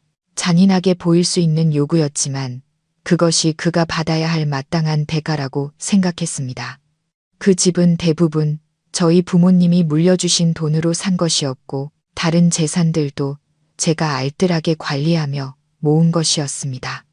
그는 제게서 아이를 그리고 믿음을 앗아갔으니 원래 제 것이었던 것들을 돌려받아야 했습니다. 민주는 이제 직업, 명예, 그리고 사랑까지 모든 것을 잃었습니다. 다른 선택지가 없었습니다. 그는 더 이상 저와 흥정할 자격도 힘도 없었습니다. 그는 모든 서류에 조용히 서명했습니다. 제가 퇴원 수속을 밟던 날, 민준이 찾아왔습니다. 그는 병실 안으로 들어오지 못하고 복도 유리창을 통해 안을 들여다봤습니다. 그는 수십 년은 늙어 보였고 깡마른 모습이었습니다. 그의 눈빛에는 후회와 미련이 가득했지만 모든 것이 너무 늦었습니다. 저는 제 짐을 쌌습니다. 간단한 옷 몇 벌뿐이었습니다. 그가 사주었던 사치품과 비싼 드레스들은 모두 남겨두었습니다. 그와 관련된 어떤 것도 가져가고 싶지 않았습니다. 제가 부모님과 함께 병실을 나서 민준을 지나칠 때 저는 그를 쳐다보지도 않았습니다. 제게 그 남자는 이미 죽은 사람이었습니다. 아버지는 걸음을 멈추셨습니다. 욕을 하거나 때리지도 않으셨습니다. 그저 민준을 똑바로 쳐다보며 낮고 탁한 목소리로 말씀하셨습니다. 이서방, 나는 글도 모르는 시골 늙은이라 아는 게 별로 없네. 하지만 한 가지는 알지. 바람을 심으면 태풍을 거두는 법이야. 자네는 자네 손으로 자기 행복을, 내 딸 인생을 망가뜨렸어. 이 빚은 평생을 가도 다 갚지 못할 걸세. 말씀을 마친 아버지는 돌아서서 저를 부축하셨습니다. 차가운 병원 복도에 평생 그를 따라다닐 죄책감과 함께 민준을 홀로 남겨두고 떠났습니다. 우리의 이혼 절차는 신속하게 처리되었습니다. 아마도 민준이 더 이상 잃을 것도 다툴 기력도 없었기 때문에 제 변호사가 제시한 모든 조건에 동의했을 겁니다. 법원에서 공식적으로 이혼 판결을 받은 날은 예진비가 계속되던 끝에 찾아온 보기 드문 맑은 날이었습니다. 법원 문을 나서며 맑은 공기를 깊이 들이마셨습니다. 오랫동안 제 어깨를 짓누르던 무거운 짐을 내려놓은 기분이었습니다. 부모님이 밖에서 기다리고 계셨습니다. 저를 보신 어머니가 안도감 어린 미소를 지으셨습니다. 이제 다 끝났구나, 딸. 오늘부터 새 인생 시작하는 거야. 저는 고개를 끄덕이며 어머니의 손을 잡았습니다. 맞습니다. 새로운 인생. 앞으로 가시밭길이 있을지라도 적어도 더는 과거에 얽매이지 않을 겁니다. 우리가 택시를 타려 할 때 길 건너편에서 익숙한 모습이 보였습니다. 유진이었습니다. 그녀는 빨간색 스포츠카에 기댄 채 서 있었습니다. 환자복이 아닌 평소처럼 화려하고 도도한 모습이었습니다. 그녀는 저를 보고는 도발적이고 조롱 섞인 미소를 지었습니다. 그녀의 눈빛은 마치 이렇게 말하는 듯 했습니다. 봤지? 네가 이겼다고 생각하겠지만 난 여전히 잘 살아. 난 돈도 있고 권력도 있고 네가 절대 가질 수 없는 삶을 살고 있다고. 저는 조용히 그녀를 잠시 쳐다본 후 돌아섰습니다. 더 이상 화도 나지 않고 고통스럽지도 않았습니다. 그저 연민이 느껴졌습니다. 아름답고 모든 것을 가졌지만 영혼은 텅 비고 뒤틀린 한 인간에 대한 연민. 그녀는 돈도 있고 주변에 다른 남자들도 많겠지만 결코 마음의 평화를 얻지는 못할 겁니다. 그녀가 저지른 짓은 평생 그녀를 따라다니는 유령이 될 테니까요. 저는 뒤도 돌아보지 않고 차에 올랐습니다. 민준, 유진, 병원, 그 모든 사람들과 사건들은 이제부터 그저 과거일 뿐입니다. 모든 절차를 마친 후 저는 이 도시에 더 이상 머물지 않기로 결정했습니다. 이곳은 너무 시끄럽고 숨 막히고 고통스러운 기억으로 가득했습니다. 한때는 보금자리라 믿었지만 결국 거짓으로 지어진 금빛 3장에 불과했던 저택을 팔았습니다. 집을 판 돈과 원래 제 몫이었던 재산을 모두 챙겨 부모님과 함께 고향으로 돌아갔습니다.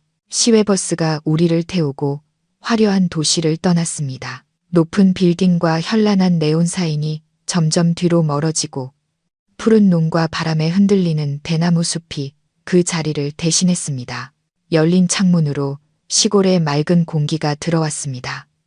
흙냄새, 풀냄새, 오랫동안 잊고 지냈던 평온한 향기였습니다. 부모님의 낡은 집은 오래된 감나무 아래에 자리 잡고 있었고 마당 앞에는 보라색 부겐빌레아가 활짝 피어 있었습니다. 모든 것이 예전 그대로였습니다. 여전히 아궁이에는 그 으름이 묻어 있고 낡은 대나무 식탁과 의자, 그리고 익숙한 다구는 소리까지. 저는 외과 과장의 아내가 아닌 그저 부모님의 귀한 딸 서연으로 돌아왔습니다. 고향에서의 첫 며칠은 평화로웠습니다. 호기심 어린 시선이나 수군거리는 소리를 마주할 필요가 없었습니다. 저는 하루 종일 부모님의 밭일을 돕고 텃밭을 가꾸거나 그저 갯마루에 앉아 낡은 책을 읽었습니다. 육체노동과 소박한 삶이 제 영혼의 상처를 치유해 주었습니다. 하지만 아이를 잃은 고통은 여전했습니다. 밤마다 무의식 중에 배를 만지며 잠에서 깨곤 했습니다. 그 텅 빈 느낌은 아마 평생 잊지 못할 겁니다. 어머니는 아셨지만 아무 말도 하지 않으셨습니다. 그저 조용히 영양가 있는 음식을 만들어주시고 마음을 안정시키는 연잎차를 끓여주셨습니다. 부모님의 말없는 사랑이 제게는 최고의 약이었습니다. 저는 점차 현실을 받아들이고 고통과 함께 살아가는 법을 배우기 시작했습니다.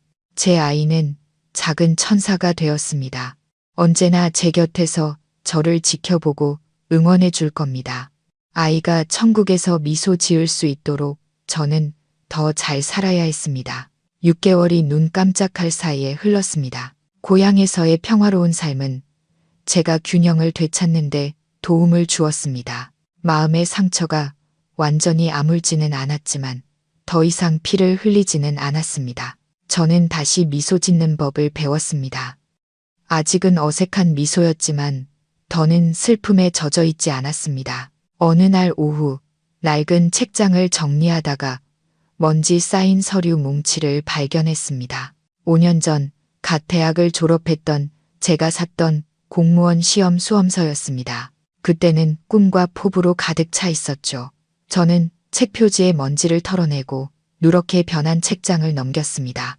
젊은 시절의 기억이 물밀듯이 밀려왔습니다.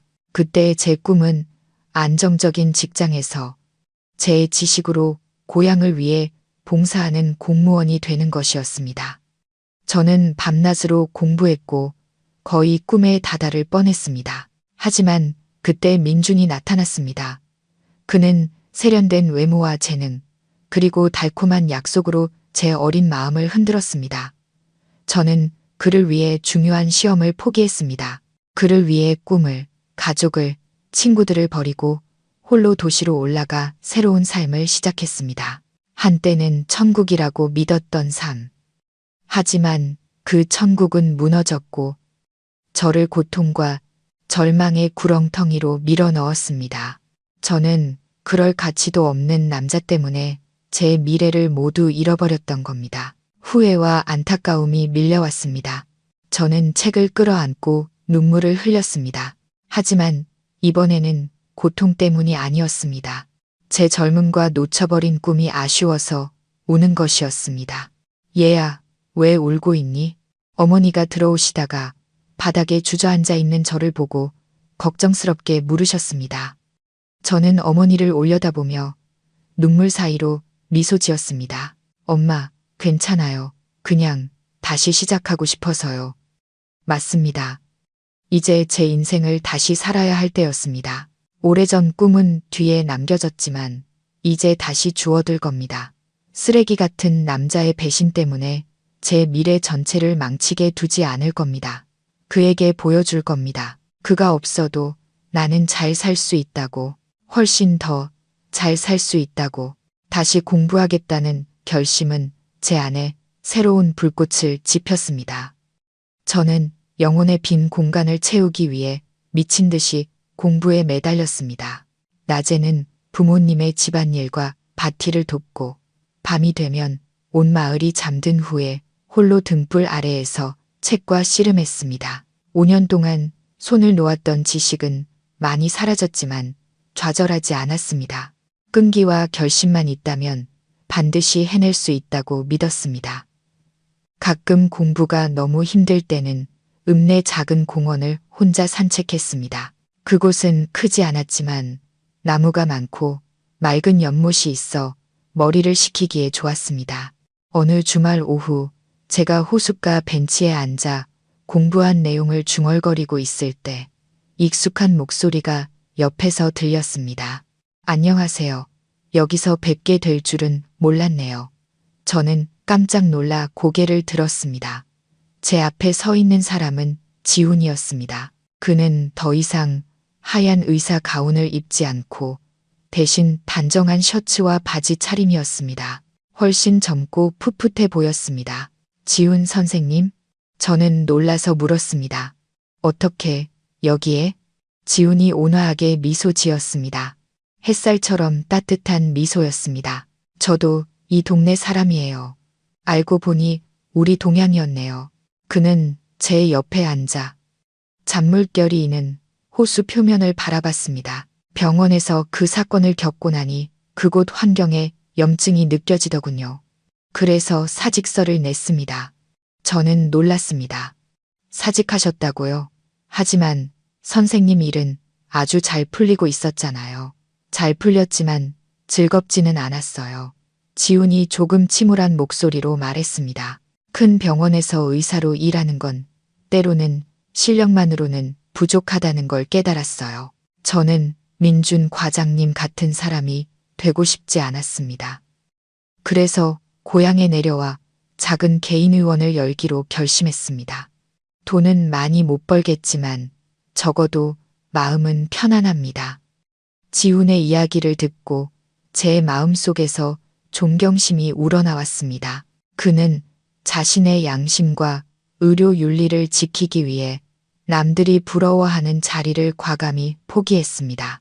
그는 진정한 의사였습니다. 의원은 잘 되나요? 제가 물었습니다. 그럭저럭요. 그가 웃었습니다. 주로 동네 어르신들 진료해드리고 있어요. 그나저나 서연 누나는 요즘 어떻게 지내세요? 전보다 조금 마르신 것 같네요. 그의 걱정 어린 시선에 저는 조금 당황했습니다. 괜찮아요. 다시 공무원 시험 준비하고 있어요. 우리는 1, 3, 그리고 미래의 계획에 대해 오랫동안 이야기했습니다. 오랜만에 처음으로 저는 다른 이성에게 마음을 열 수 있었습니다. 지훈 곁에 있으면 이상하게도 평온함과 신뢰감이 느껴졌습니다. 가끔 그는 저희 집에 들렀습니다. 아버지께 파스를 가져다 드리기도 하고 어머니께 약초를 드리기도 했습니다. 그는 많은 말을 하지 않고 그저 부모님의 안부를 묻고는 서둘러 떠났습니다. 하지만 저는 그가 저 때문에 온다는 것을 알았습니다. 그의 조용하고 부담스럽지 않은 관심이 제 마음을 따뜻하게 했습니다. 어느 날 제가 공부하고 있을 때 예전에 도시에서 같이 일했던 친구에게서 갑자기 전화가 왔습니다. 한참 안부를 묻던 그녀가 머뭇거리며 말했습니다. 서연아, 이 얘기를 해야 할지 모르겠는데. 무슨 일인데? 그냥 말해. 제가 대답했습니다. 내 전 남편 얘기야. 친구가 미안한 목소리로 말했습니다. 요즘 그 사람 아주 비참하게 지내. 제 심장이 쿵 내려앉았습니다. 무조건적인 반사였습니다. 더 이상 아무 감정도 없었지만 한때 제 반쪽이었던 사람의 소식을 들으니 마음이 조금 흔들렸습니다. 친구의 말에 따르면 직무 정지 이후 민주는 관계기관의 조사를 받았고 명백한 증거들로 인해 결국 영구적으로 의사 면허를 박탈당했다고 합니다. 범죄에 연루되고 의료 윤리를 상실한 의사를 받아줄 병원이나 의원은 어디에도 없었습니다. 그가 모든 것을 걸고 지키려 했던 그의 경력은 결국 물거품이 되었습니다. 모든 것을 잃은 민주는 술에 빠져 살기 시작했습니다. 그가 술값을 마련하기 위해 고급 차와 명품들을 팔았다는 소문도 들렸습니다. 그는 늘 술에 취해 있었고 제 이름과 유진의 이름을 부르며 중얼거렸다고 합니다. 그럼 유진은요? 저는 평온한 목소리로 물었습니다. 그 여자? 친구가 비웃었습니다. 민준이 망하자마자 바로 버렸지. 요즘은 다른 재벌 2세랑 사귄다는 소문이 돌던데 그런 부류는 돈밖에 몰라. 저는 전화를 끊었습니다. 마음이 무거웠습니다. 인과응보. 이것이 민준이 짊어져야 할 업보일까요? 그는 명예와 돈 때문에 모든 것을 잃었습니다. 이제 그는 아무것도 남지 않은 채 세상의 경멸과 죄책감 속에서 살아야 합니다. 통쾌하지도 기쁘지도 않았습니다. 그저 슬펐습니다.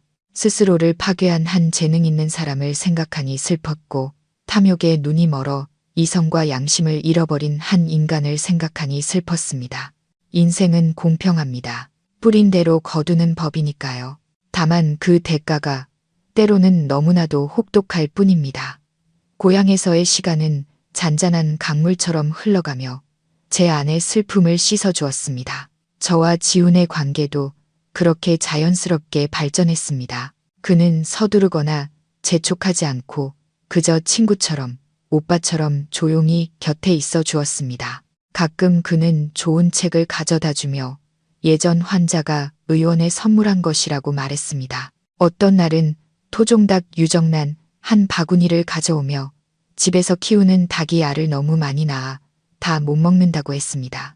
어머니는 지훈을 무척 아끼셔서 그가 올 때마다 꼭 저녁을 먹고 가라고 붙잡으셨습니다. 식사 중에 어머니는 제 어린 시절 이야기, 엉뚱하고 철없던 이야기들을 하셨습니다. 지훈은 그저 조용히 들으며 가끔 미소 지었습니다. 저를 바라보는 그의 눈빛은 따뜻함으로 가득했습니다. 아버지는 말이 없으셨지만 저 역시 아버지가 이 착하고 진실된 청년 의사를 무척 좋아하신다는 것을 알았습니다. 어느 날 저녁 식사 후 지훈이 저를 골목 어귀까지 바래다 주었습니다. 밝은 달빛 아래 귀뚜라미 소리만이 들리는 고요한 밤이었습니다. 서연 누나, 지훈이 갑자기 침묵을 깼습니다. 드릴 말씀이 있어요. 심장이 쿵 내려앉았습니다. 그가 무슨 말을 할지 알 것 같았습니다. 누나가 끔찍한 일을 겪었다는 거 알아요. 그의 목소리는 낮고 따뜻했습니다. 누나 마음에 아직 상처가 많다는 것도 알고요. 제가 감히 과거를 잊으라고 하거나 당장 마음을 열어달라고 할 수는 없어요. 그는 잠시 말을 멈추고 제 눈을 똑바로 쳐다봤습니다. 그의 눈빛은 진심으로 가득했습니다. 하지만 그래도 말하고 싶어요. 서연 누나, 저 누나를 좋아해요. 아마 응급실에서 처음 봤을 때부터였을 거예요. 그때 누나 눈에서 본 강인함, 누나 곁에서 지켜주고 보호해주고 싶어요. 저에게 기회를 주실 수 있을까요? 그의 고백은 화려하거나 꾸며지지 않았지만 제 마음을 흔들었습니다. 비극 이후 처음으로 저는 진실된 감정의 따뜻함을 느꼈습니다. 하지만 과거의 두려움은 여전히 유령처럼 저를 맴돌았습니다. 저는 고개를 숙여 그의 눈을 차마 마주보지 못했습니다. 지훈 씨, 미안해요. 전 아직 준비가 안 됐어요. 저는 그가 실망하고 슬퍼할 거라고 생각했습니다. 하지만 그는 그저 온화하게 미소 지었습니다. 괜찮아요. 이해해요. 그의 목소리는 여전히 부드러웠습니다. 지금 당장 대답하지 않으셔도 돼요. 천천히 생각해 보세요. 누나가 어떤 결정을 하든 저는 존중할 거고, 그리고 저는 여기서 계속 기다릴게요. 말을 마친 그는 돌아서서 떠났습니다. 그의 길고 마른 그림자가 달빛 아래 길게 늘어졌습니다. 저는 그가 사라질 때까지 그 자리에 서서 뒷모습을 바라봤습니다. 눈물 한 방울이 뺨을 타고 흘렀습니다. 하지만 이번에는 고통의 눈물이 아닌 감동의 눈물이었습니다. 1년이 흘렀습니다. 제 삶에는 많은 변화가 있었습니다. 오랜 노력 끝에 저는 마침내 도청 법무과의 합격 통지를 받았습니다. 그 소식을 들은 날 우리 가족은 기쁨에 겨워 소리를 질렀습니다. 부모님은 축하하기 위해 진수성찬을 차리셨고 지훈도 함께했습니다. 그는 자랑스러운 눈빛으로 저를 바라봤습니다. 새로운 일은 저를 바쁘게 만들었고 과거를 생각할 시간을 줄여주었습니다. 저는 점차 제 자신을 되찾았습니다. 자신감 있고 독립적이며 꿈과 경력을 가진 여자로 저와 지훈의 관계는 여전히 평온하고 따뜻했습니다. 저는 아직 그의 고백을 공식적으로 받아들이지 않았지만 마음속으로는 그가 아주 중요한 자리를 차지하고 있다는 것을 알고 있었습니다.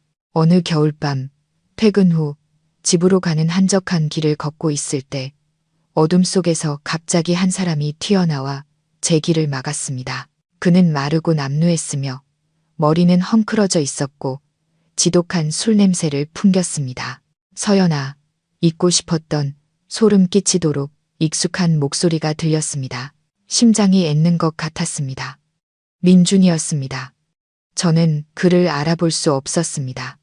제 앞에 있는 남자는 더 이상 세련되고 품이 있던 외과 과장이 아니었습니다. 그는 육체적으로나 정신적으로나 완전히 망가진 마치 거린과도 같았습니다. 서연아, 나야. 그는 비틀거리며 다가왔습니다. 그의 눈은 술기운으로 풀려 있었고 핏발이 서 있었습니다. 너를 계속 찾았어. 드디어 만났구나. 저는 겁에 질려 뒤로 물러섰습니다. 무의식적으로 가방끈을 꽉 쥐었습니다. 당신, 여긴 어쩐 일이에요? 우리 사이에 더는 할 말 없어요. 왜 없어? 민준이 고통스럽게 외쳤습니다. 서연아, 내가 잘못했어. 내가 다 잘못했어. 난 모든 걸 잃었어. 아무것도 남지 않았다고. 나한테는 너밖에 없어. 제발 날 용서하고 다시 나한테 돌아와 주면 안 될까? 그는 더럽고 마른 손을 내밀어 제 손을 잡으려 했습니다. 우리 다시 시작하자. 내가 약속할게. 너한테 더 잘할게. 전보다 더 사랑해줄게.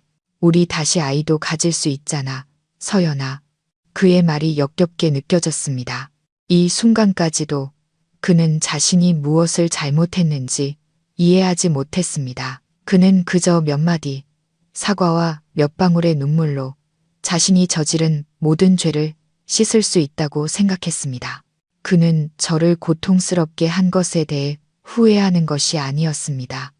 그저 자신이 잃어버린 것들을 아쉬워하고 있을 뿐이었습니다. 저리 가.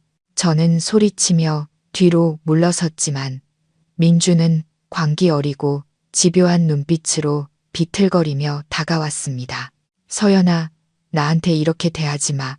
그가 흐느꼈습니다. 너 아직 나 사랑하잖아. 그렇지? 알아. 넌 날 잊을 수 없어. 그는 갑자기 달려들어 저를 껴안으려 했습니다. 저는 공포에 질려 눈을 감았지만 그의 팔은 제게 닿지 않았습니다. 지금 뭐 하는 겁니까? 낮고 단호한 목소리가 들렸습니다. 지훈이 어느새 제 앞에 서 있었습니다. 그는 한 손으로 민준을 밀어내고 다른 손으로 저를 자신의 등 뒤로 끌어당겨 든든한 보호막이 되어 주었습니다. 민준은 갑작스럽게 밀려나 바닥에 주저앉았습니다. 그는 고개를 들어 지훈을 보았습니다. 그의 눈빛은 절망에서 증오로 변했습니다. 넌 누구야? 이건 나와 내 아내 사이의 일이야. 너랑은 상관없어. 민준이 몸을 일으키려 애쓰며 으르렁거렸습니다. 착각하지 마세요. 지훈이 차분하지만 힘있는 목소리로 말했습니다. 이분은 당신 아내가 아니고 당신은 이분을 그렇게 부를 자격도 없습니다. 민준은 지훈을 손가락질했다가 그의 등 뒤에 숨어 있는 저를 보았습니다. 서연아, 저놈이랑 같이 있는 거야? 날 배신했어? 저는 아무 말 없이 지훈의 등 뒤에서 나와 단호하게 그의 손을 잡았습니다. 그의 손은 따뜻하고 단단했습니다. 절대적인 안정감이 전해졌습니다. 제 행동은 만마디 말보다 더 확실한 대답이었습니다. 민주는 우리가 굳게 잡은 손을 보고는 완전히 무너져 내렸습니다. 그의 마지막 미친 희망이 꺼져 버렸습니다. 그는 더 이상 소리치지 않고 그저 차가운 바닥에 앉아 미친 듯이 웃었습니다. 그의 웃음소리가 고요한 밤에 슬프고 처량하게 울려 퍼졌습니다. 그래, 잘났어. 그가 중얼거렸습니다. 모두가 날 버리고 떠나는구나. 모두가. 그는 비틀거리며 일어섰습니다. 더 이상 우리를 보지 않고 정처 없는 발걸음으로 돌아서서 어둠 속으로 사라졌습니다. 그의 뒷모습은 외롭고 비참했습니다. 민준이 사라진 후 지훈이 걱정스럽게 저를 돌아봤습니다. 괜찮아요. 저는 고개를 저으며 옅게 미소 지었습니다. 제 손은 여전히 그의 손을 꽉 잡고 있었습니다. 괜찮아요. 당신이 있잖아요. 그날 밤 저는 1년여 만에 처음으로 악몽 없이 깊은 잠을 잤습니다. 그 후 시간은 평화롭게 흘러갔고 민주는 다시는 제 인생에 나타나지 않았습니다. 가끔 동네 사람들이 터미널에서 그를 봤다고 했습니다. 정신이 나간 채로 누군가의 이름을 중얼거리며 배회하고 있었다고. 그는 살아 있었지만 어쩌면 죽음보다 더 고통스러운 존재로 남아있을 겁니다. 평생을 죄책감 속에서 살아야 할 테니까요. 유진은 신문에서 그녀와 그 재벌 2세가 대규모 금융사기단으로 체포되었다는 소식을 읽었습니다. 재산 횡령죄로 그녀는 아주 긴 형량을 선고받게 되었습니다. 그녀의 아버지가 아무리 권력이 있다 해도 사랑하는 딸을 법의 심판에서 구해낼 수는 없었습니다. 인과응보는 늦을 수는 있어도 결코 오지 않는 법은 없습니다. 저와 지우는 공식적으로 함께했습니다. 우리는 성대한 결혼식 대신 부모님과 가장 가까운 친구들만 모시고 작고 따뜻한 식사를 했습니다. 우리의 삶은 이전처럼 부유하거나 화려하지 않았지만 웃음과 평온으로 가득했습니다. 지우는 좋은 남자였습니다. 그는 저를 사랑하고 존중하며 언제나 제 곁에서 모든 결정을 지지해 주었습니다. 어느 봄날 아침, 골목 어귀의 등나무꽃이 보랏빛으로 만개했을 때 저는 몸에 이상한 변화를 느꼈습니다. 그리울 정도로 익숙한 느낌. 심장이 세차게 뛰었습니다. 저는 떨리는 마음으로 임신 테스트기를 사용했고 2줄이 선명하게 나타났습니다. 저는 거울 앞에 서서 떨리는 손을 배 위에 얹었습니다. 눈물이 흘러내렸습니다. 하지만 이번에는 행복의 눈물이었습니다. 저는 문가에 서 있는 지훈을 바라봤습니다. 그의 눈에도 기쁨과 감동이 가득했습니다. 저는 진정으로 만족스러운 미소를 지었습니다. 제 인생의 가장 끔찍했던 폭풍은 지나갔습니다. 이제 제 하늘은 다시 맑게 개었습니다. 앞으로 어떤 일이 펼쳐질지 알 수 없습니다. 하지만 이제 저는 더 이상 혼자가 아니라는 것을 압니다. 제게는 가족이, 든든한 버팀목이 있습니다. 저는 배를 감쌌습니다. 그곳에서 새로운 생명이 매일 자라나고 있습니다. 저는 아이에게 그리고 제 자신에게 속삭였습니다. 안녕, 아가야, 엄마의 천사. 이번에는 엄마가 반드시 너를 지켜줄게. 오늘도 마음 쉼터와 끝까지 함께 해주셔서 감사합니다. 다음 이야기에서 다시 뵙겠습니다.